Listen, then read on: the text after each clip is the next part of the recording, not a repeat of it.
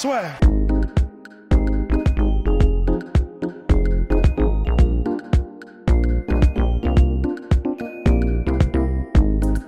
Bonjour à toutes et à tous, bienvenue au podcast La Sœur, le retour de Polydomso à l'heure. Et puis de Ross toujours présent. Donc là, week-end pas trop chargé au niveau des événements combat par rapport au week-end monumental que nous avons eu la semaine dernière, ce qui nous donne l'occasion de répondre à vos questions et de faire un petit récapitulatif. Bref, bien entendu, des actualités du moment. Donc on va commencer par le TKO MMA, qui est l'organisation la plus prestigieuse du Canada, qui organise le TKO 48, avec en main event donc Roger Souza contre Cyril Gane, a.k.a. Bon Gamin, qui défendait sa ceinture heavyweight. Donc Bon Gamin, petite masterclass au premier round, messieurs. On va commencer par le sage Polydomso, qui va nous parler un petit peu de ce combat rondement mené. Donc Cyril Gane qui passe à 3-0, 3 KO, et puis autant de démonstrations finalement. Ouais, on est content parce que ça fait partie vraiment des espoirs, et pas seulement français, dans une plus large mesure en poids lourd, parce que c'est une catégorie qui est généralement assez pauvre en fait en prospect. Et Cyril Gane, c'est un prospect vraiment très légitime. J'aime beaucoup sa façon qu'il a de bouger. C'est étonnant parce qu'il vient de la boxe thaï, si je ne m'abuse, mais il a une façon de bouger en avant-arrière qui est plus proche des karatékas, en fait, de ceux qui viennent du karaté à la touche ou de ce style-là, tu vois. Mais il a fait un bon métissage, en fait, un bon alliage, tu vois, de ces deux styles, tu vois, du Muay Thai. On voit les bases avec ses low kicks puissants et ses bons appuis et ce déplacement in and out qui lui donne une longueur d'avance sur le poids lourd moyen, parce que le combat, et je terminerai là-dessus, il peut se résumer là-dessus, tu vois. C'est-à-dire, Roger Souza, il est pas mauvais, mais il est statique, terriblement statique. Et à chaque fois qu'en fait Cyril Gane rentrait et que Souza voulait répliquer, Cyril Gane n'était déjà plus là en fait. Et il revenait d'avant en arrière comme ça. Et en fait, ça a été le schéma de ce combat pendant un round. Le schéma du combat, et puis en plus c'est vrai que ça faisait plaisir de voir un poids lourd qui est un peu diversifié dans ses attaques. Là déjà, un truc tout con, mais à part JDS par exemple, le jab au corps ou le direct au corps, on n'en voit quasiment jamais.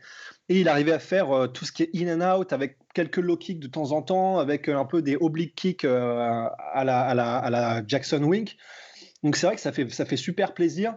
La fin de combat est un peu étrange, hein, si jamais vous avez l'occasion de le voir, c'est complètement la fête du slip. Mais à regarder sur l'UFC Fight Pass, bien entendu. Bien sûr, sur l'UFC Fight Pass, évidemment, mais ça donne l'occasion néanmoins, et quand même, je tiens à le citer, aux commentateurs canadiens d'en faire vraiment des vertes et des pas mûres. Alors, ils ont fait des bruits, et je tiens à le dire parce que ça m'a fait un flash. Ils font les bruits, les commentateurs canadiens, quand ça part en sucette.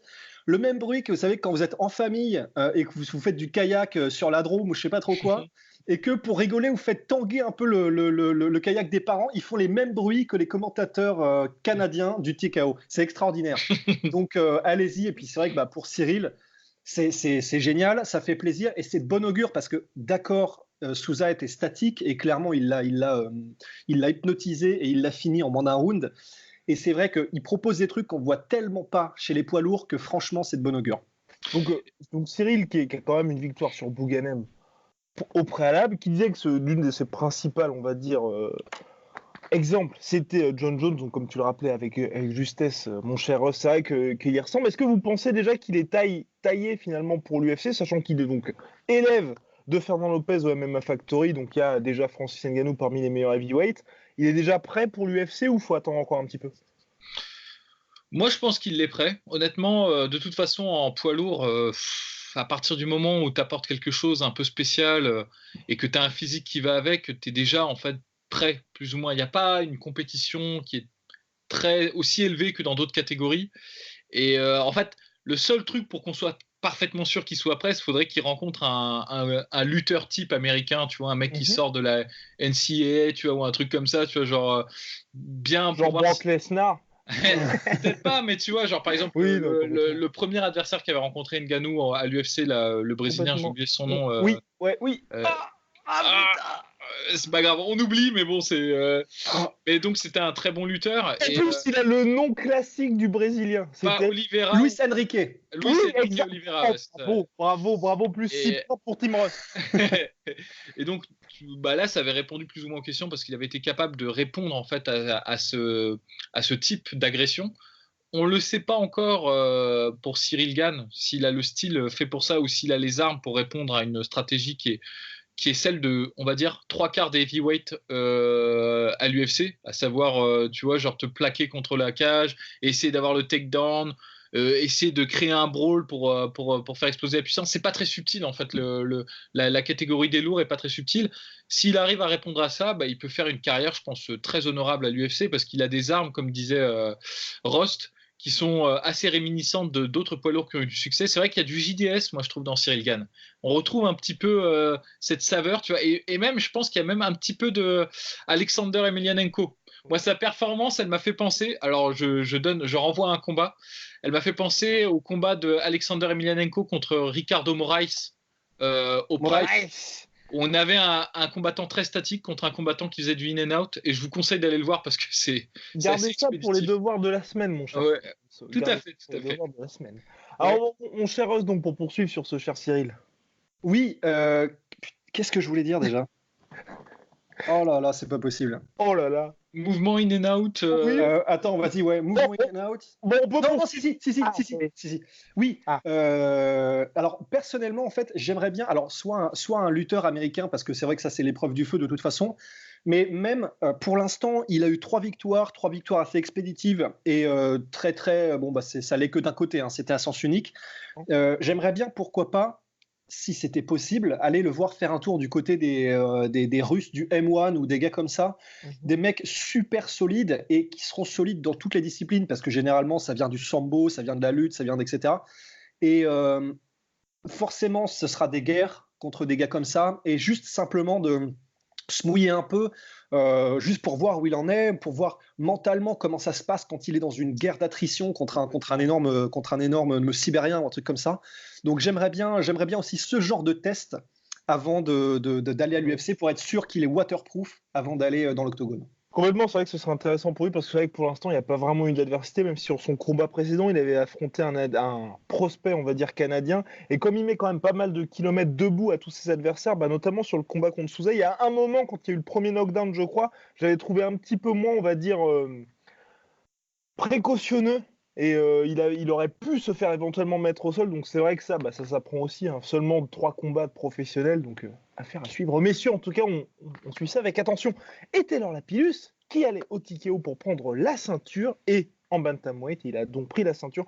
Taylor Lapillus, vétéran de l'UFC, qui est parti avec un bilan de quoi, 3-1, je crois, 3-1 égal, et qui avait perdu donc par décision à l'UFC, là qui s'impose contre Nate Maness. Donc qu'est-ce qu'on fait finalement de Taylor Lapillus, qui a réussi une super carrière hors UFC parce qu'il a pris les 2 ceintures au GMC.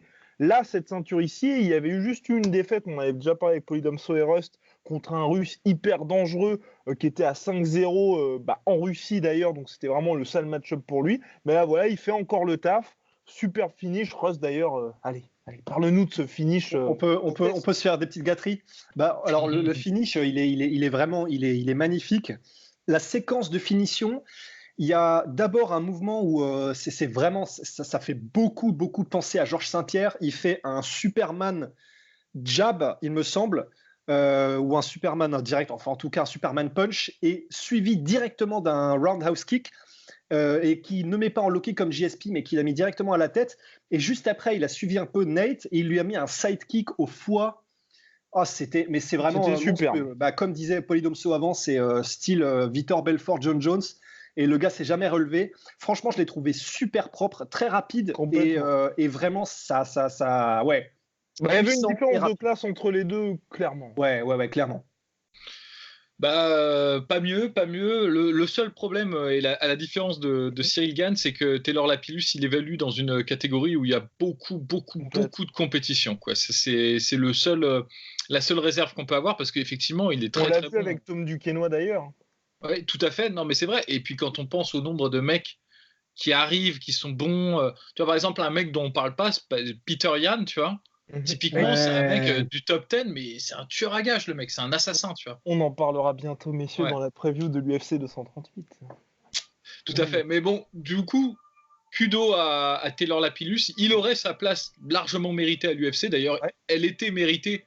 Et ce qui était plutôt pas mérité, c'était le fait qu'il s'en aille de l'UFC. Mais c'est le problème de ce genre de catégorie où il y a une telle compétition qui a un énorme turnover en fait. Ça bouge beaucoup quoi. Complètement entièrement d'accord, messieurs. Maintenant, on va parler au deuxième sujet du jour, en pleine actualité, puisque la semaine prochaine, il y a UFC Stockholm. UFC Stockholm, Cocorico, la Suède, puisque notre cher Rust compte un certain nombre de conquêtes dans ce pays-là. Alors, on va preview de l'événement, on va dire du main event. Alex Gustafsson contre Anthony Smith. Anthony Smith qui revient après sa défaite contre John Jones, on va dire défaite méritée puisqu'il affrontait le GOAT. Bon, ok, il s'est pris le genou illégal, mais bon, grosso modo, il s'est incliné par décision, quand même vaillant. Et puis Gus qui, lui, sort d'une défaite contre John Jones par finition au 3e round. On en a parlé pas mal de fois, clairement, là aussi, lui, il a pris tarif. Hein. Et donc, c'est ce combat-là qui est entre deux top contenders, mais finalement, on ne sait pas trop où ça va parce que le vainqueur, honnêtement, je sais pas spécialement. L'avantage de ce combat-là, c'est que c'est à Stockholm, donc il n'y a pas de décalage horaire pour nous, mais c'est pas le genre de main event qui nous fait lever à 5h du mat. Non, et si tu me permets de commencer, Polydomso, c'est vrai que c'est vraiment typiquement le combat d'exhibition, en fait. C'est-à-dire qu'il n'y a rien à gagner. Il n'y a vraiment pas grand-chose à gagner pour aucun des deux combattants parce qu'ils ont déjà eu leur title shot et plus personne, je pense, parmi les fans n'a envie de les revoir contre John Jones. Donc c'est simplement un combat pour se tester pour les deux, un combat au plus haut niveau, mais... Ouais, je sais pas où ça va. Ça risque d'être très intéressant. Et moi, je mets Gustafsson parce que extrêmement mobile, extrêmement un super footwork, il fait mal et il poinçonne quand il arrive à toucher. Et j'ai du mal à voir Anthony Smith réussir à gérer le mouvement de Gustafsson, pour ma part.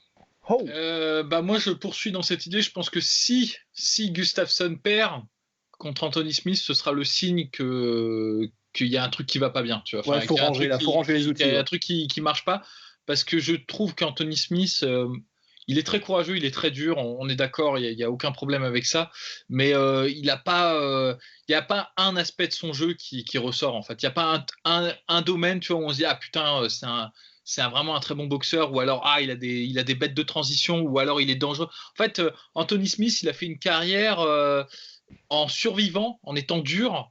Et en rattrapant sur le cardio, en rattrapant sur les fins de combat des mecs qui sont un peu plus doués que lui, tu vois. C'est typiquement ce que que Louis, tu vois. Il est un peu plus doué que Louis. Putain, que lui, putain, j'arrive pas. Et donc, en fait, ce mec-là, c'est vraiment la définition, et avec tout le respect qu'on peut avoir pour ça, d'un overachiever, tu vois. Genre, c'est un gars qui avec son bagage, normalement, il devrait pas être à la place où il est, tu vois. Mais après, c'est pas le problème de la catégorie light heavyweight finalement avec ça. Parce que là, honnêtement, j'ai l'impression qu'on reproduit le schéma de Volkanos Demir et de ce qui va arriver très prochainement à Thiago Santos, mon cher Polydomso. Parce que, grosso modo, tu as 2 combats contre 2 victoires assez impressionnantes contre des gars qui sont classés, mais en light heavyweight, t'es propulsé au title shot, tu te fais défoncer par John Jones. Et forcément, pour l'UFC, pour être crédible, on te file Gustafsson ou un top contender et t'es mort.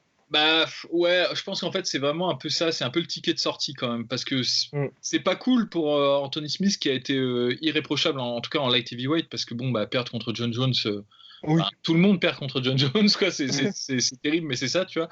Et donc du coup là le combat contre Gustafsson c'est pas cool, mais en même temps t'as eu ta chance, tu vois, genre quelque part, tu vois, c'est comme ça, et la catégorie elle doit avancer. Moi je pense que c'est vrai qu'en fait, c'est difficile pour moi d'être enthousiasmé par cette rencontre-là. Tu vois, ça m'intéresse pas des masses. En vrai, les deux combattants sont un petit peu dans une phase qui est compliquée de leur carrière, où ça va être difficile de rebondir. C'est toujours le problème en fait dans les catégories qui sont très vides, c'est que tu montes facilement au titre, mais après c'est très difficile pour toi si t'as pas le titre de revenir comme une évidence. Parce que on va dire t'as eu ta chance mec, les gens ont une bonne mémoire quand t'as pas beaucoup de figures dans une catégorie, tu vois. Tandis que dans une catégorie où il y a beaucoup de noms, tu peux avoir 3 ou 4 fois le même combat parce que les gens, tu vois, il y a beaucoup de, tu vois ce que je veux dire, ça choque pas. Là Gustafsson, putain, on a l'impression que ça fait 5 fois qu'il a combattu John Jones. Anthony Smith, tu vois, c'est récent aussi. Donc voilà, il n'y a pas vraiment grand intérêt pour cette rencontre. Pareil, moi je dis si tout va bien dans le meilleur des mondes et si la Terre tourne toujours comme il faut, normalement c'est Gustafsson qui doit gagner, quoi. Ça c'est ouais. Après il y a quand même sur cette carte, il me semble, c'est vrai qu'il n'y a plus grand chose à proposer en light heavyweight, mais il y a quand même, on l'évoque assez souvent aussi, une nouvelle garde qui certes elle n'a pas l'air aussi talentueuse que ne l'est John Jones ou que ne l'est Daniel Cormier. C'est-à-dire qu'on n'a pas l'impression qu'ils ont ce petit truc en plus qui va les faire devenir champions. Nikita Krylov. Oh, dis donc. Mais Nikita Krylov, typiquement, c'est un gars qui est super bon, qui est encore très jeune. Mais tu te dis, il manque ce petit truc qui ferait qu'il pourrait être capable de compétitionner avec John Jones. Et donc là, on a qui ? On a Johnny Walker en ce moment. On a comment dire ? Qui ça ? Johnny Walker, Texas Ranger. On a Darko Stojic, on a Reyes, on en a pas mal, et on en a un autre d'ailleurs qui combat à Stockholm, le russe. Oui. Polydomso, tu l'as? Rakic, mais il est pas russe. Il est Alexander Rakic. Il est Rakitic. J'ai oublié de quel pays il est. Ouais. Enfin bref, mais oui, Alexander Rakic qui est très bon. Ouais. Voilà, et qui est un light heavyweight aussi, et pourquoi pas à venir, mais voilà, encore une fois, on n'a pas ce petit X factor, quoi. Il me semble que Darko Stojic combat aussi sur cette carte en ouverture. Ah ouais? Ouais. Non, mais elle est pas mal, cette carte, elle est assez intéressante, parce que, et même le Volkanos Demir contre Ilir Latifi est assez intéressant. Ouais. Enfin, pareil, c'est pas le genre de truc qui nous ferait lever à 5h du matin, mais j'ai peut-être parlé un peu fort, mais enfin bref, c'est le genre de combat assez intéressant. Bien, on va passer aux questions là-sur que vous pouvez nous poser sur Contact. Avant de passer aux questions là-sur, on se posait aussi une question avec mon cher Rust, notre cher Rust, c'était finalement quelle suite de carrière pour notre cher Alexander Gustafsson ?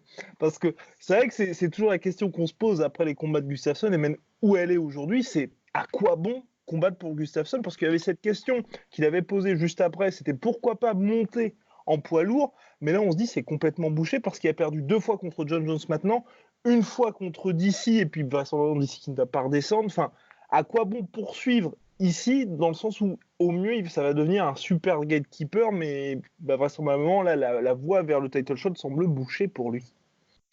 Bah ouais, en fait c'est compliqué, d'autant plus que quand même avec Gustafsson, pour ceux qui ont suivi sa carrière de près et qui l'ont écouté et qui ont lu ce qu'il avait à dire avant et après ses combats, en fait il y a surtout une impression désagréable, c'est que on n'a jamais eu l'impression qu'il était motivé, en fait. C'est très bizarre. On a toujours l'impression qu'après les combats, il remet tout. Alors, c'est normal, évidemment, de remettre tout en question quand tu es un compétiteur de ce niveau. Mais on a toujours l'impression qu'il est prêt à lâcher et à passer à autre chose et à tourner la page. C'est un peu... On n'a pas une impression de gars qui ne pense qu'à ça, qui ne lâche rien. C'est comme s'il avait toujours un petit peu un pied en travers de la porte. Alors, après...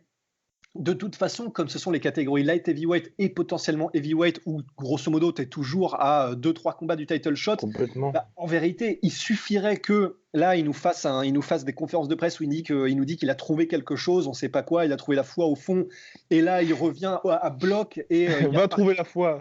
Voilà, c'est Marius, pour ceux qui savent. Mais donc, si jamais il nous annonce ça et qu'il démantèle Anthony Smith et qu'il nous offre une version de lui-même qu'on n'a jamais vue avant et qu'il dit voilà, j'ai fait mon taf ici, j'en ai vu assez, je monte en heavyweight et qu'il fait la même chose en heavyweight, pourquoi pas ? Mais à voir. Je ne suis pas convaincu par sa motivation. Est-ce que le sage y croit ? En fait, le problème avec Gustafsson, c'est que, à mon avis, à mon sens, il y a deux façons d'arriver à avoir une rédemption comme ça. C'est-à-dire, soit tu as perdu que contre une personne qui est le meilleur, tu vois, et donc tu peux avoir cette espèce d'argument de dire, tu sais, un peu à la Benavidez, de dire, écoutez, à part Demetrius Johnson, je bats tout le monde, tu vois. Donc ça, c'est un truc que tu peux vendre. Le problème de Gustafsson, c'est qu'il a perdu contre Johnson et contre il a perdu contre DC et Jones. Ça va quand même. Jones, Johnson et Cormier. Tu vois. Oui, mais tu vois, c'est plusieurs personnes. Oui. Et donc là, dans ces cas-là, la façon dont tu as pour vendre en fait un rematch ou pour vendre une remontée au titre, c'est que tu combats souvent. Typiquement, Donald Cerrone, tu vois, Donald Cerrone, il a perdu contre beaucoup de gens, mais comme il combat une fréquence de malade mental, tu te dis, ouais, mais bon, ça va, tu vois, genre, il peut aligner 5 victoires d'affilée sans que tu t'en rendes compte, tu vois, genre, tu l'as pas vu, tu vois, genre, et remonter au title shot. Le problème, c'est que Gustafsson, trop tard. Et le problème de Gustafsson, c'est que Gustafsson, il combat pas si fréquemment que ça aussi, tu vois. Complètement. Tu vois. Et et puis il commence à aller, tu vois, sur ces années, on va dire, où il sera plus dans son prime, tu vois. Je pense qu'il a encore, hein, tu vois, qu'il a encore les capacités athlétiques et tout. On n'est pas dans sa phase descendante, hein, c'est pas ça que je suis en train de dire, mais je pense que c'est les derniers moments là, tu vois. Là, c'est le timing. Là, il devrait enchaîner les combats, tu vois. Et le truc, c'est qu'en fait, c'est compliqué parce que c'est le problème de ces catégories-là. Comme il y a peu de gens, bah, il peut pas enchaîner les combats, tu vois. Ça voudrait dire, s'il voulait enchaîner les combats, il faudrait qu'il prenne des newcomers, tu vois, qu'il prenne plusieurs combats pas classés, tu vois, pour se refaire une santé. Mais je vous rappelle quand même que c'est ce qu'a fait JDS en heavyweight. La JDS, on reparle un peu de sa remontée parce qu'il a accepté de prendre des même mecs. Overeem aussi, même chose. Ouais, mais oui, tu vois, il faut accepter en fait de prendre des mecs qui sont pas aussi bien classés et faut enquiller les combats, tu vois. Moi, j'y croirais si là, il nous fait une série de 3-4 victoires comme ça en un an, tu vois. Après, le problème aussi, c'est toujours la même chose, on le dit tout le temps continuellement, c'est le problème de cette catégorie light heavyweight où là, Gustafsson, c'est vraiment le mec, t'as le haut du panier, donc à savoir John Jones et DC, ensuite t'as Gustafsson, et ensuite t'as tout le reste. Et le problème de cette catégorie, c'est que tu vas pas le mettre contre Reyes, parce que si bat Reyes, bah, t'exploses un contender en puissance. Et Ozdemir, aujourd'hui, il pourrait l'affronter. D'ailleurs, c'était ce que l'UFC voulait faire pour l'UFC 227, si je ne m'abuse, en juillet dernier. Donc, t'es obligé de lui filer des mecs comme ça auxquels on ne croit plus tellement. Genre là, tu vois, tu pourrais lui faire aussi, une fois que Thiago Santos, après que Thiago Santos est perdu contre John Jones, tu fais Thiago Santos, Gustafsson. Mais tu peux pas lui donner des mecs qui montent, parce que pour l'UFC, c'est quand même un peu risqué. Surtout que Gustafsson a quand même seulement 31 ans. Donc, ça reste quand même un mec qui potentiellement est intéressant. En fait, ce que je me dis, c'est aussi, il y a autre chose que j'aurais bien aimé voir, et il n'est pas trop tard, parce que comme tu le répètes, il vient de dépasser la trentaine seulement. J'aurais bien aimé, pourquoi pas, qu'il change de camp d'entraînement, en fait. Parce que il a déjà été s'entraîner à Alliance MMA, parce qu'il est pote avec Phil Davis, mais il reste surtout dans son camp d'entraînement de Stockholm, le All-Star Sweden, je crois. Ouais. Bah, avec Manua et voilà, avec Manua, avec Reza Madadi, Latifi, etc. C'est une bonne team, c'est une très bonne team, mais on voit souvent des résurgences de carrière après que les personnes aient décidé de changer d'entraîneur, de changer de méthode d'entraînement. Et j'aimerais bien, je sais qu'il est très attaché à sa famille. Pour moi, c'est un peu, ça va avec ce cercle de ce qu'on disait tout à l'heure sur le fait qu'il a peut-être un manque de motivation, etc. Peut-être qu'il voit déjà la vie qu'il peut avoir après avec sa copine, avec ses chiens, etc. Parce qu'il en parle très souvent, c'est vrai.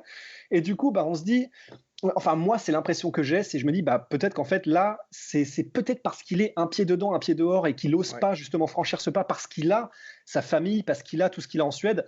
Bah, c'est peut-être ce qui fait qu'il a jamais véritablement passé la cinquième en fait. Donc j'aimerais bien qu'il, je sais pas, pendant un an, il décide, ok, je sacrifie, j'ai tellement sacrifié, mais je sacrifie encore les gens avec lesquels je suis aujourd'hui en Suède. Je pars, je sais pas, 6 mois, 9 mois, 1 an, soit en Thaïlande, j'en sais rien, comme Roundtree, soit dans un camp genre AKA. Je me mets laser et puis je vois ce qui se passe, quoi. We gon' see pour ce cher Alexander Gustafsson. Après, si ça se trouve, on ne sait pas ce qui va se passer à Stockholm dans moins d'une semaine. Messieurs, avant de répondre aux questions La Sueur, vous pouvez nous poser donc sur contact@lasueur.com.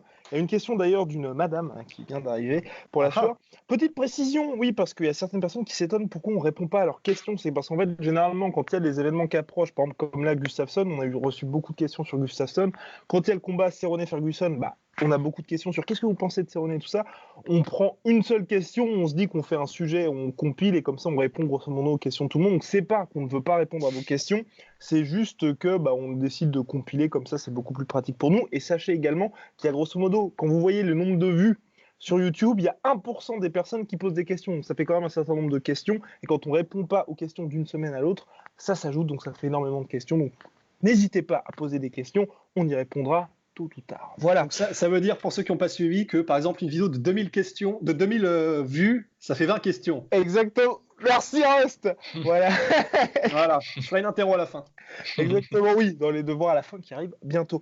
Avant de répondre aux questions, il y avait peut-être éventuellement petite preview quand même d'Anthony Joshua qui fait ses débuts au Madison Square Garden aux États-Unis contre Andy Ruiz Jr. On a quand même pas mal craché sur ce combat-là, mais c'est vrai que c'est pas entièrement de la faute de Joshua puisqu'il devait affronter Jarrell Miller qui a popé littéralement de tous les côtés en amont du combat. Donc finalement, c'est Andy Ruiz Jr. qui arrive, donc Andy Ruiz Jr. qui a quand même passeport, full passeport américain, mais qui va apporter son Mexican style parce que ça fait un petit peu vendre, et donc qui combat au Madison Square Garden diffusé en direct sur DAZN. Donc la question, est-ce que notre cher Andy Ruiz peut tenir, parce que Anthony Ruiz qui a prévenu quand même en disant je suis plus qu'un petit gros, et effectivement mon cher Polydomso, plus qu'un petit gros. Ouais, non, moi j'aime bien Andy Ruiz. Il a le Mexican style, quoi. Tu vois, genre, c'est vraiment ça. Il a du mental et en poids lourd, le mental, ça compte beaucoup. Ça compte énormément. On peut faire une carrière sur du mental en poids lourd en boxe. Après, est-ce à dire que je considère qu'il va gagner, il va pull the upset et tout? J'ai pas dit ça. Oh, ce serait dingue par contre. Ce serait dingue. Personnellement, il y a des gens qui sont tristes. Moi, je trouve qu'on perd pas grand-chose au change, finalement. Jarrell Miller est peut-être un peu plus connu qu'Andy Ruiz, mais... Et puis, il y avait un peu de bad blood. Enfin, il y a de rivalité entre les deux aussi. Ouais, mais bon, tu vois, moi, personnellement, je m'en cogne, en fait, du théâtre qu'il y a derrière, tu vois. Et moi, ce que j'aime, c'est les rencontres de style, tu vois. Et ouais, Jarrell Miller... Oui. Bah, c'est un sous Joshua. Bah, ouais, enfin bon, bref, je veux pas, tu vois, genre, c'est quand même un mec qui a perdu contre Mirko Cro Cop alors que Mirko Cro Cop il avait 100 ans. Par 2 fois d'ailleurs. Genre à l'époque. Non, je rigole, je suis ironique, évidemment, c'est un boxeur de classe mondiale, c'est pas ce que je suis en train de dire, mais je pense pas qu'on y perd grand chose au change avec Andy Ruiz, parce qu'Andy Ruiz, il est pas mauvais, tu vois, il est juste moins connu. Voilà. Il est juste moins connu, c'est ça le truc. Donc c'est un. Tu vois, contre mauvaise fortune, bon cœur, c'est un combat de secours qui est pas si mauvais que ça. Et moi, je suis pleinement satisfait, quoi. Pleinement. Moi, je suis un petit peu déçu. Enfin, après, je t'en prends suite. Moi, je trouve ça un peu dommage que pour les grands débuts d'Anthony Joshua aux States, au Madison Square Garden, il n'y ait pas un truc un petit peu plus bandant. Enfin, on va dire. Ouais, mais... J'aurais aimé quand même me dire c'est quelque chose où on va s'en souvenir pour de bon. Et c'est vrai que Joshua, ça fait quand même. On dit quasiment à chaque podcast, depuis le combat contre Klitschko, il n'y a pas eu ce combat-là qui fait quand même un petit peu triquiter. Là, on est là à se dire, bon, ok, mec, s'agirait de s'y mettre. Mon cher Russ, vas-y, parce qu'après... Il y a quand même eu Povetkin, mais... oui.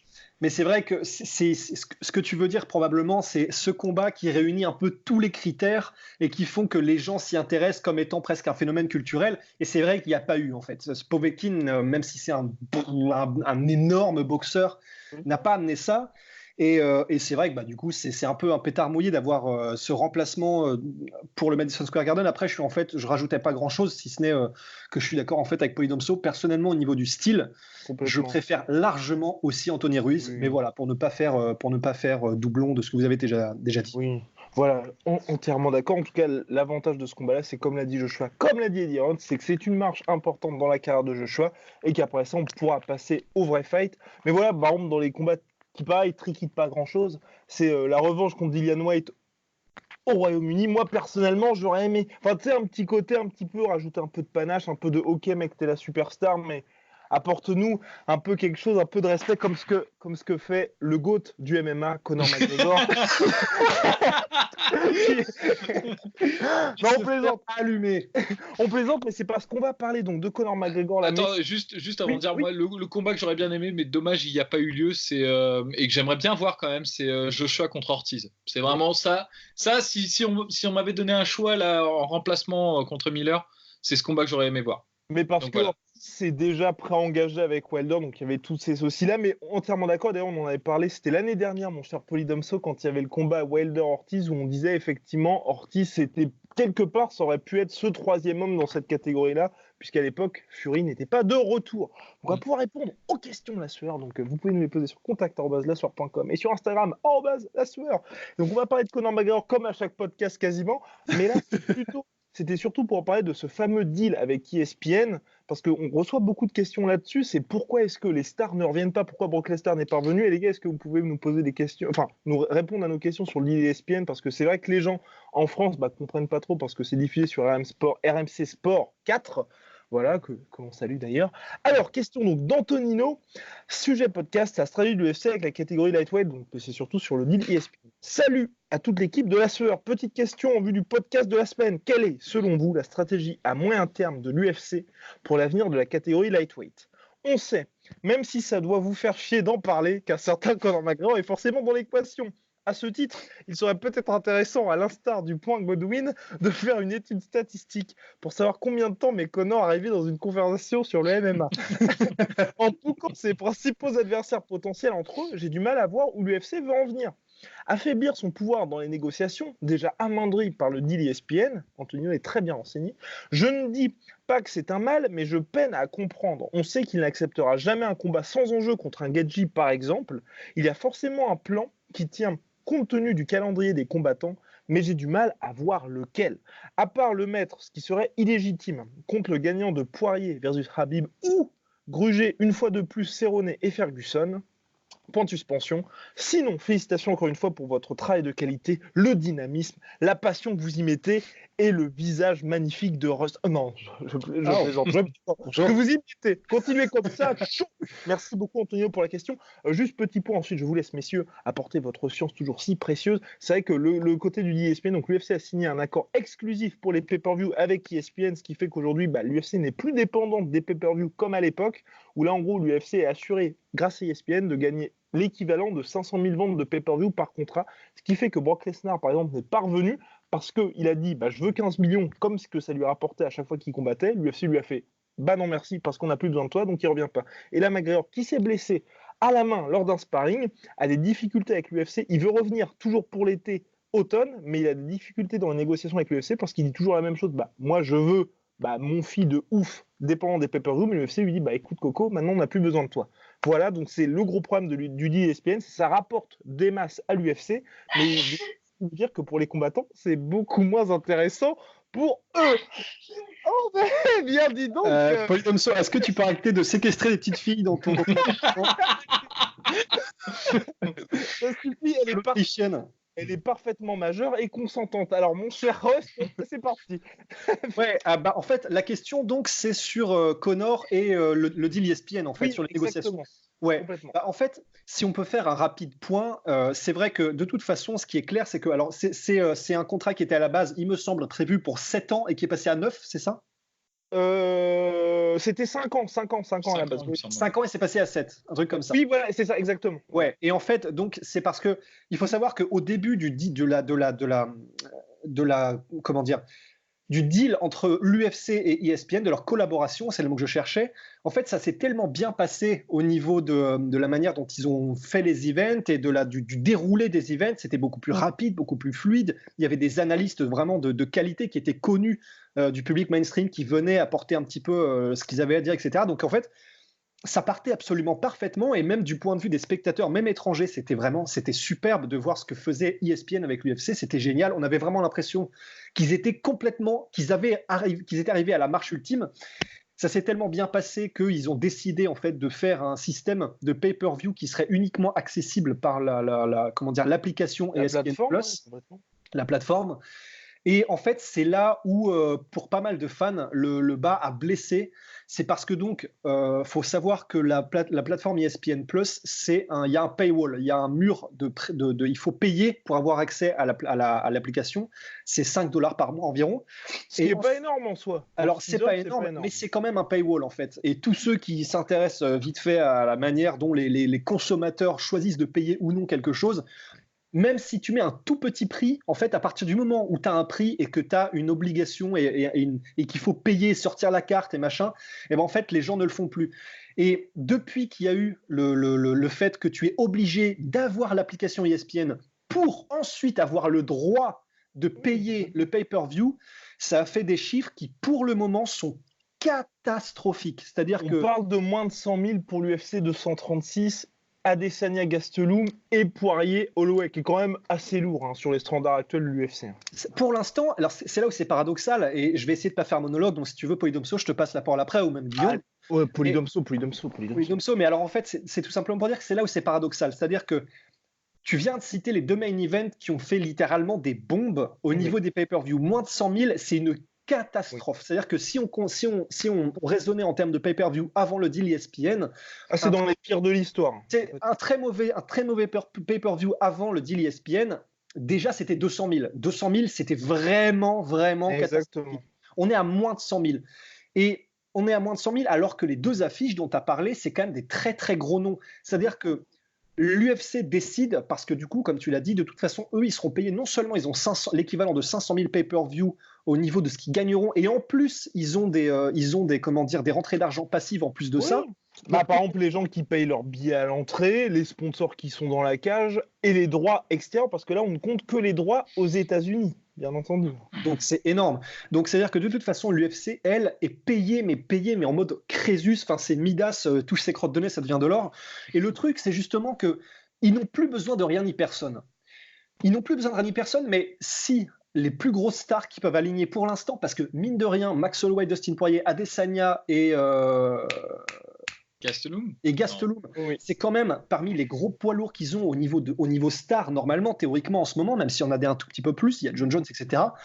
Eh ben, ça veut dire que ESPN va peut-être à un moment donné mettre le haut là, et c'est la seule chance qui nous reste, parce qu'autrement, il n'y a plus aucun levier pour les combattants ni les managers, parce que c'est l'UFC qui a toutes les cartes et toutes les rentrées d'argent.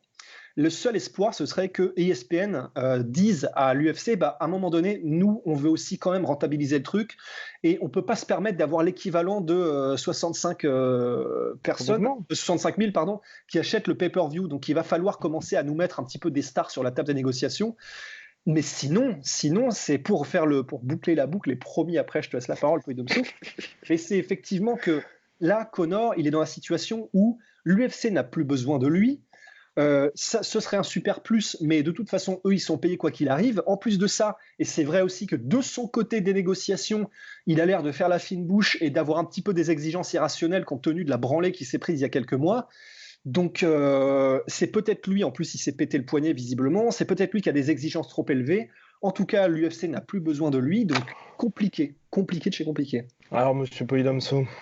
Moi, j'ai pas grand-chose à rajouter sur ce qui a été dit, parce que c'était plein de bon sens et plein de vérité. Peut-être sur McGregor, sur ce que Poidomso, le sage Poidomso, veut voir pour combat contre McGregor. Alors, attends, déjà, chaque chose en son temps. Je pense que la première chose, c'est qu'une organisation...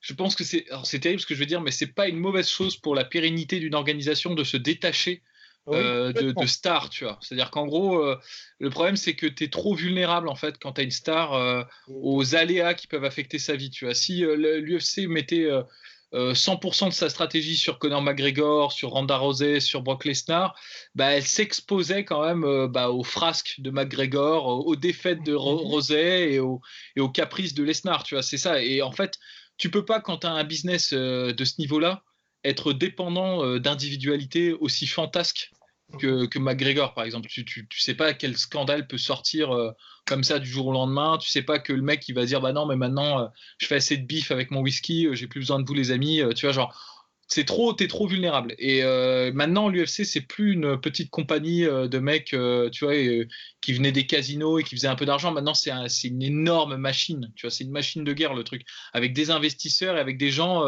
qui veulent un retour sur investissement régulier, tu vois.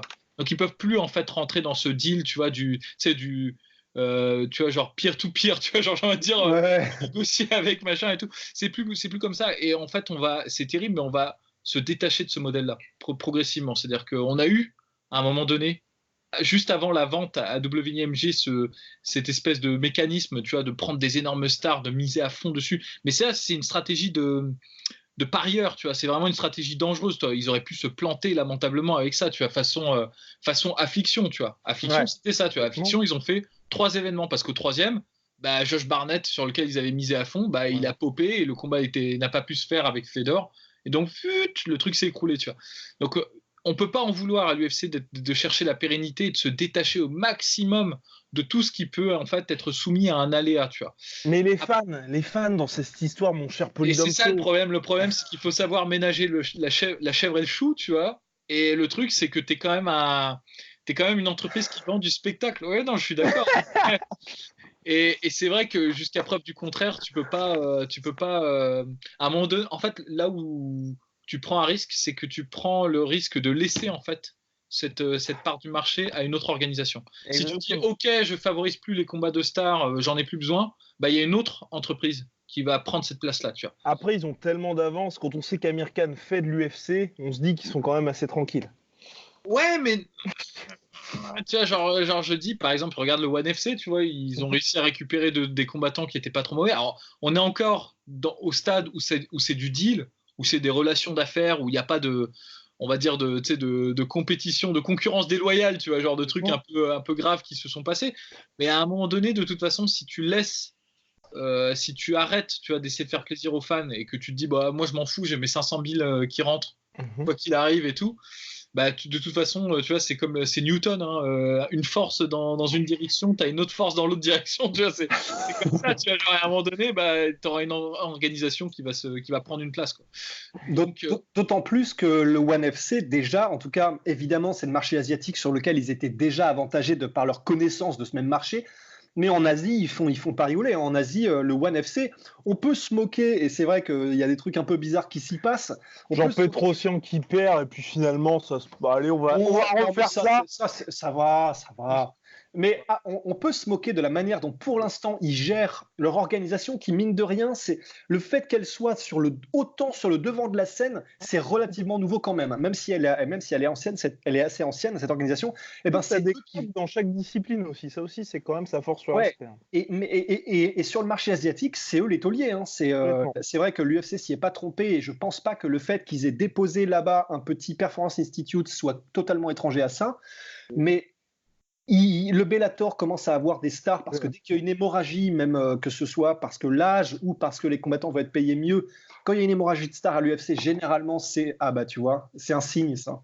Khabib est tombé. Il est tombé. Ça y est, les prédictions laxueurs. Mais en tout cas, voilà. Comme tu disais, Polydomso, ils ont de l'avance certes, mais les augures sont pas spécialement les plus favorables, même si ils sont dans le futur, et que le deal ESPN, ça veut dire qu'ils essayent des choses que les autres ne font pas, organisation. Mais attention quand même, hein. On suivra le lièvre et la tortue. Hein.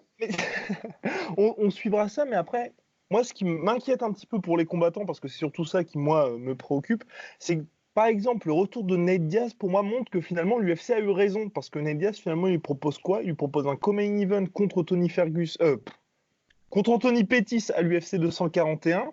Donc le mec n'a pas combattu pendant 3 ans, comme on le savait tous, pour des raisons financières. Là, il revient dans un combat contre Anthony Pettis, donc qui promet rien du tout, puisqu'en plus c'est en welterweight. Donc vraisemblablement, l'UFC n'a pas eu à le payer énormément pour ce combat-là. Ils ont pu faire ce qu'ils avaient à faire sans lui, et là il revient. Donc ça, pour moi, c'est finalement le genre de combat qui donne raison avec lui. Et donc le combat, en fait, j'attends de voir vraiment si l'UFC va céder du terrain ou non. C'est le fameux combat que Khabib et JSP veulent, donc vraisemblablement soit pour décembre ou pour avril. Et pour moi, si ce combat-là se fait, ça veut dire que l'UFC aura un petit peu changé de fusil d'épaule. Et si ça ne se fait pas, ça veut dire que l'UFC a vraisemblablement tous les pouvoirs clairement sur les combattants qui vont vraiment pouvoir dire, écoute, maintenant ça se passe comme ça ou pas du tout. Et que si un mec comme JSP reste à la retraite, alors que là on peut voir sur ses dernières vidéos, elle a l'air quand même particulièrement shredded. Donc ça veut dire qu'il se prépare donc, pour un combat dans cette catégorie lightweight. Voilà, ça veut dire que clairement l'UFC garde tous les pouvoirs et que c'est pas de bon augure pour les fans et puis de surcroît pour les combattants parce que ils seront obligés de se plier aux décisions de l'organisation.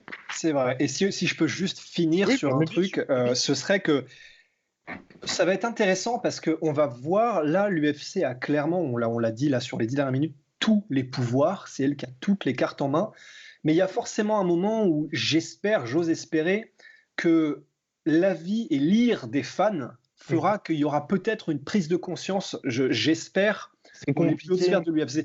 Il y a toujours des nouvelles stars. C'est ça aussi la force de l'UFC. C'est aussi le sport parce que il suffit qu'il y ait un mec comme John Jones qui part pendant 2-3 ans, t'as un Johnny Walker qui arrive, quelque part, tu vois, t'as un espèce de nouvel écosystème qui se crée avec un nouveau taulier et tu te dis juste, c'est dommage, le mec est parti. Genre, on se souvient tous quand JSP était parti, ça avait créé un énorme, on va dire, vide.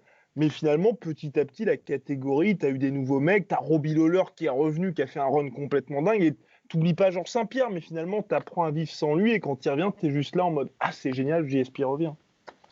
Polydomso ou Ouais, non, je suis d'accord. En fait, le problème, c'est qu'on est quand même dans des systèmes où il n'y a pas que les fans qui comptent, en fait. Il y a énormément de facteurs qu'on ne contrôle pas bien et nous-mêmes on ne connaît pas vraiment les tenants et aboutissants. il y a toute une part du monde financier qu'on n'expose pas parce qu'on est des je sais pas comment on dit, incompétents dans ce domaine-là, mais tu vois, genre les organisations de sport, spectacle, c'est génial pour blanchir de l'argent aussi, et pour faire des trucs comme ça. Donc tu auras toujours des investisseurs pour rentrer du pognon, tu vois. Et l'UFC, tant qu'il y a des rentrées de pognon, ils continueront de faire ce qu'ils font, tu vois. Donc j'imagine mal que la masse des consommateurs ait un véritable impact, en tout cas direct et immédiat sur l'UFC. Tu vois, genre, et surtout là, c'est les contrats long terme qui les avantagent particulièrement, parce que comme ils ne seront plus au cas par cas, là, ils peuvent se permettre justement d'avoir des périodes de disette. Et petite dédicace, petit coucou à Roman qui nous avait posé une question sur McGregor. Bon, on y a répondu, c'était quoique, elle voulait savoir, peut-être qu'on peut finir là-dessus, sur la question de McGregor et du ESPN, elle voulait savoir, donc, de Notorious One, combattra-t-il en 2019? Vraisemblablement oui, si tout se passe bien, mais surtout contre qui? Parce que là, ce que Ali Abdelaziz a dit, c'est que ça allait être un combat contre Justin Gaethje. Moi aussi, je pense que on va vers un combat contre Justin Gaethje pour Conor McGregor. Est-ce que vous pensez que ça va être ça, ou alors quelque chose de complètement différent, par exemple une revanche contre Floyd Mayweather? Je sais pas, moi j'ai du mal à imaginer que Conor McGregor accepte un combat contre quelqu'un comme Justin Gaethje. Enfin, il a rien à gagner dans ce type de confrontation. Ouais. Moi, je pense que si combat il y a, ce sera soit contre Dustin Poirier, soit contre peut-être éventuellement Tony Ferguson. Donc Dustin Poirier, tu te dis Dustin Poirier après sa défaite contre Khabib? Non, je pense avant. Je pense qu'il va court-circuiter le truc. J'imagine mal en fait. Je pense que non, mais je pense qu'ils en ont rien à faire. Parce que honnêtement, il y a une réalité qui est très cruelle et que beaucoup de gens vont m'en vouloir de dire ça et de crever l'abcès. Mais le combat Poirier-Khabib, il va pas vendre un copec, quoi. Enfin, les gens s'en tapent, tu vois. Enfin, il est fait, mon cher Polydomso, à Abu Dhabi, rince l'UFC pour organiser ce combat-là.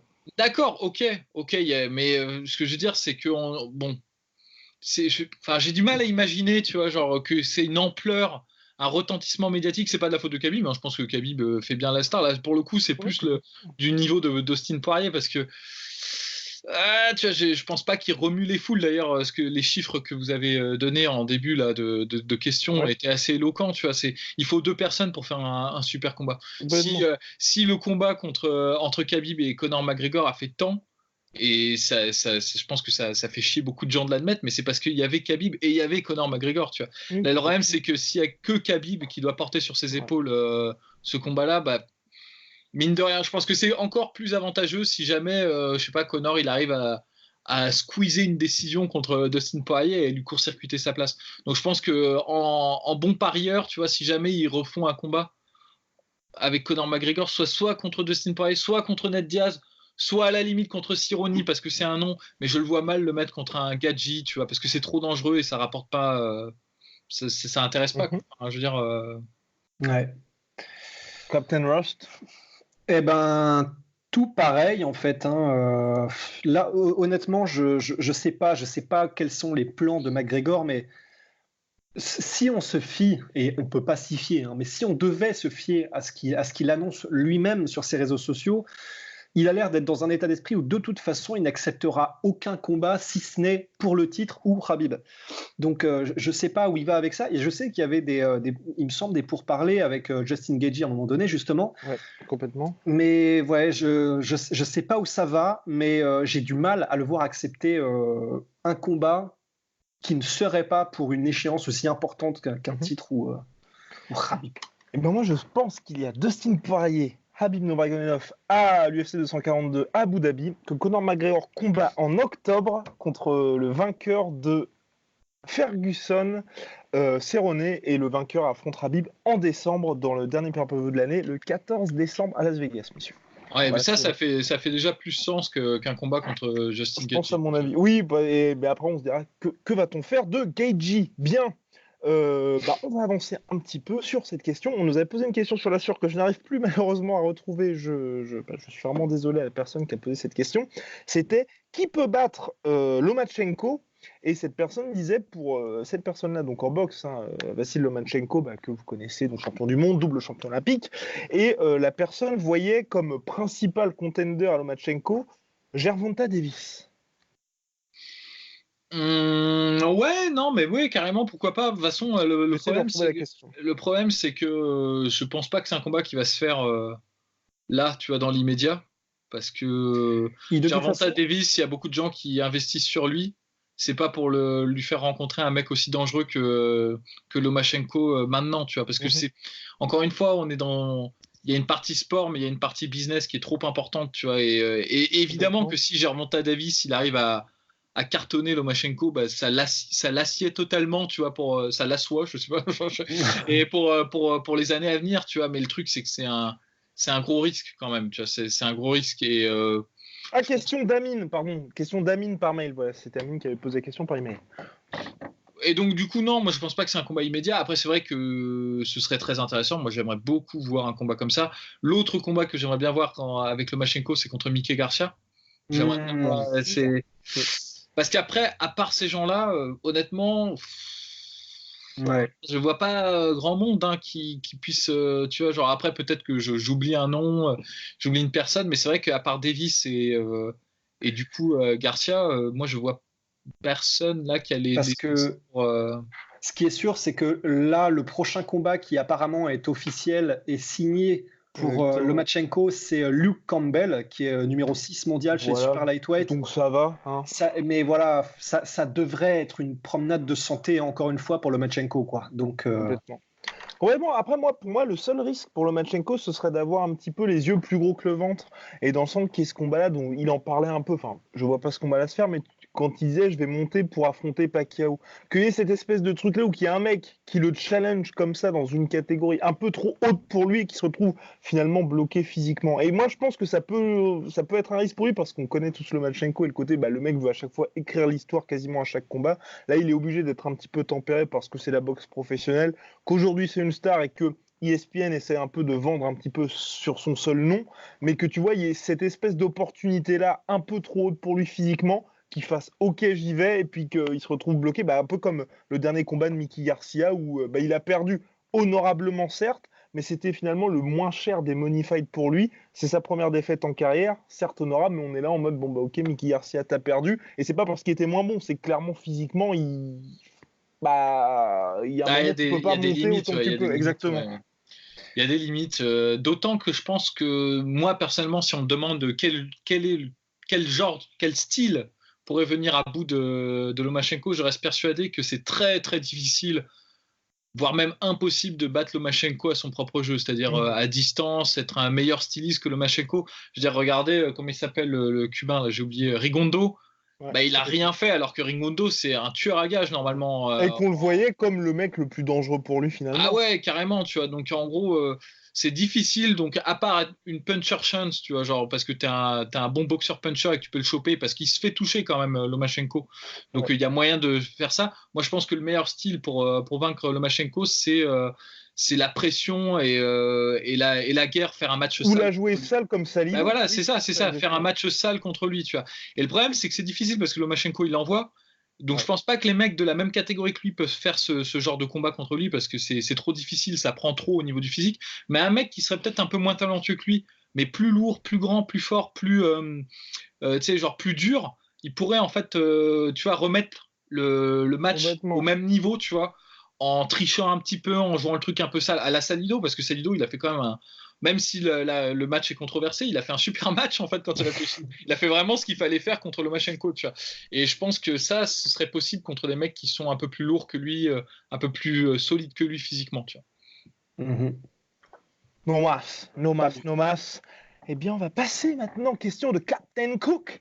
Et puis, on pourra ensuite se barrer et vaquer à nos occupations.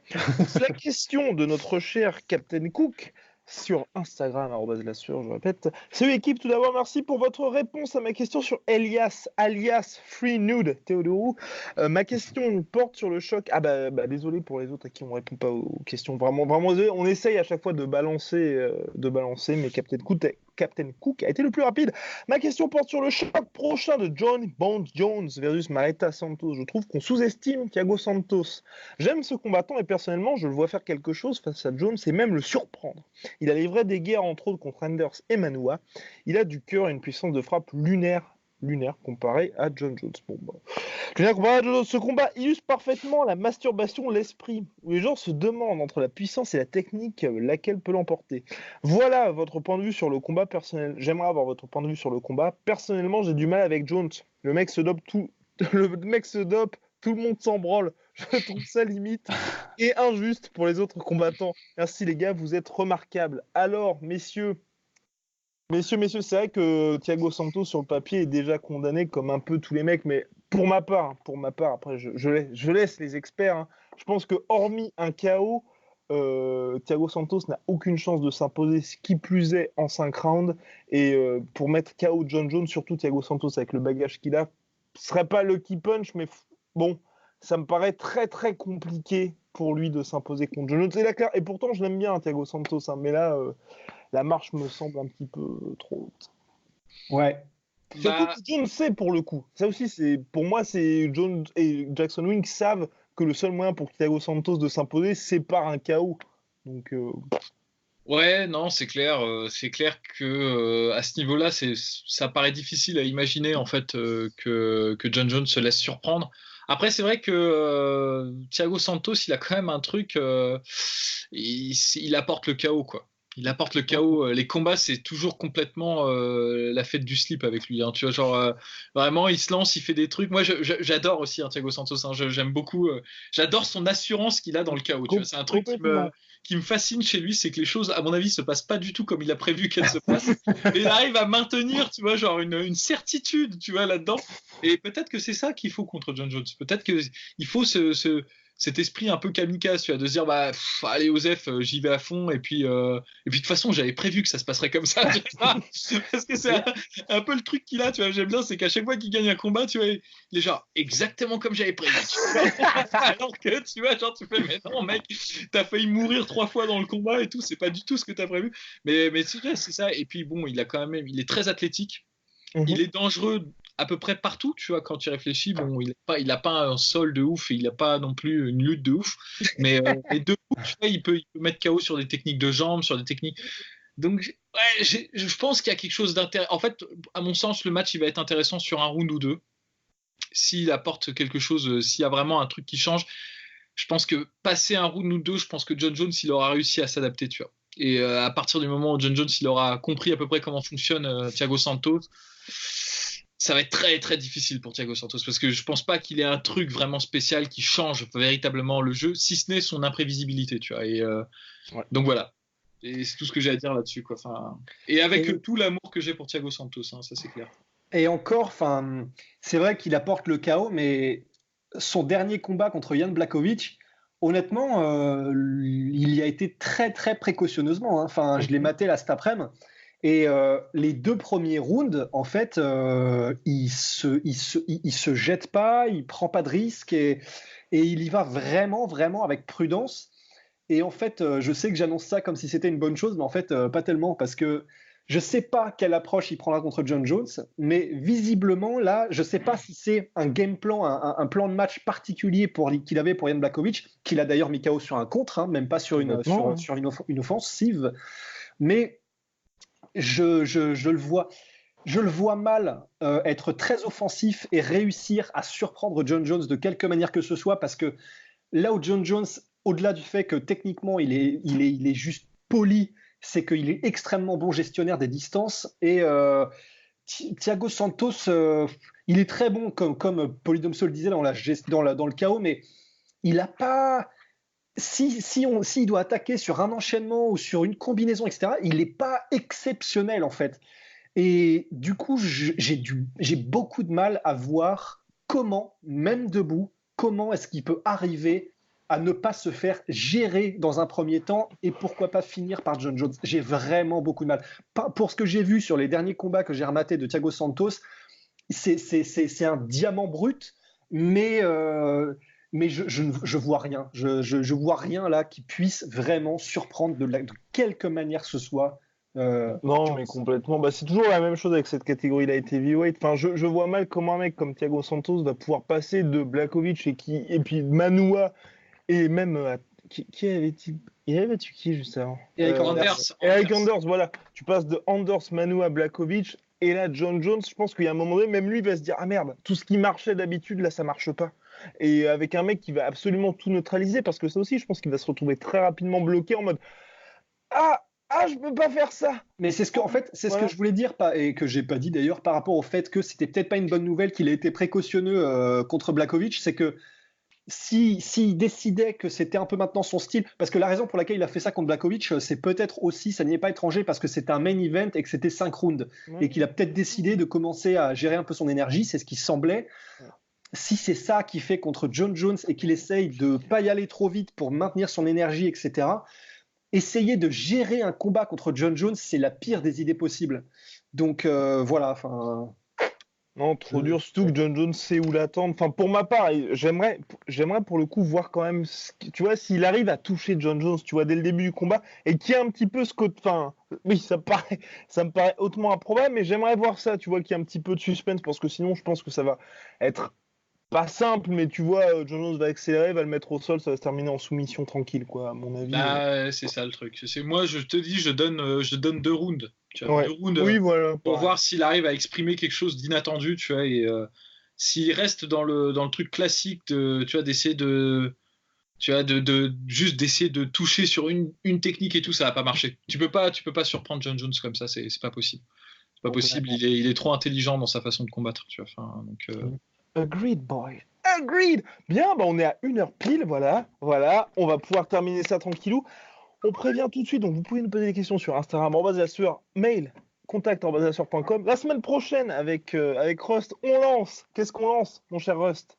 On lance, alors ça va s'appeler, on dit comment ça va s'appeler? On dit juste comment ça va s'appeler, comme ça les gens peuvent déjà se faire une idée ou pas du tout de ce que ça va être. Alors déjà, le nom, ce sera un pied de nez à tous ceux qui nous disent qu'on franglise tout, et ça s'appellera, premier mot anglais et deuxième mot français, Forgotten Gattery. Attention, et donc pour finir ce podcast, messieurs, les devoirs de la semaine. On va commencer par Polydomso. Attention, le prof de maths est de retour. Alors allez-y, monsieur Polydomso, oui, le devoir de la semaine. Oui, parce qu'en fait, moi je trouve que regarder une vidéo c'est très bien, mais c'est un exercice qui est un peu passif. Voyez-vous, tu vois, on subit un peu l'information. Donc moi je me dis, il faut travailler un petit peu, tu vois, enfin pour comprendre. Et donc le devoir à la maison que je vais donner à ceux qui nous écoutent, c'est de regarder un match. Ce serait bien que ce soit une victoire quand même, parce que bon, faut pas regarder les défaites de ce mec-là, sinon vous allez me détester, parce que quand il perd, c'est chiant à mourir. Mais regardez un des combats de Alexei Ignashov en poids lourd en K1.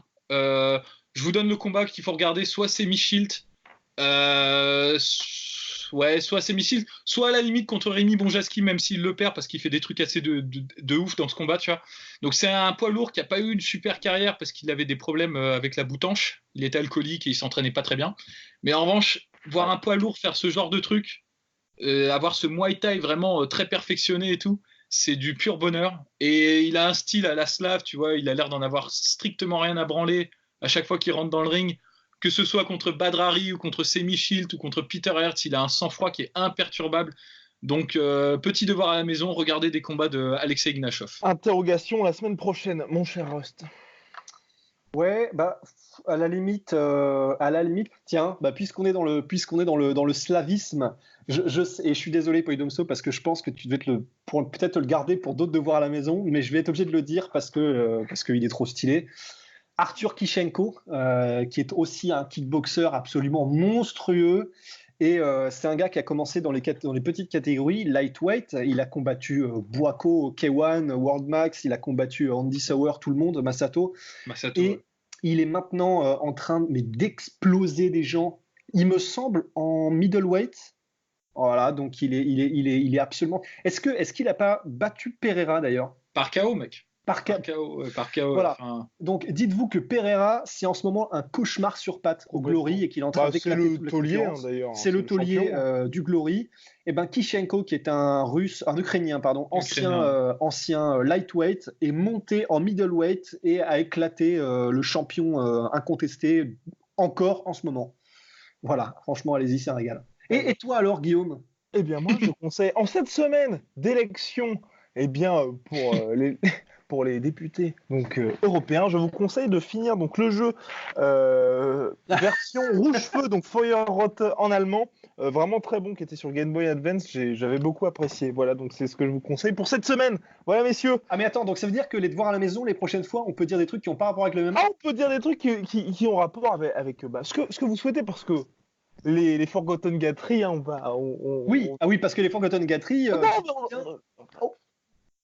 Attention, Ok. hein, putaclic jusqu'au bout. Ah Bien. ouais, bien. Bah, messieurs, à la semaine prochaine. Hein. Allez, à bientôt. Soit.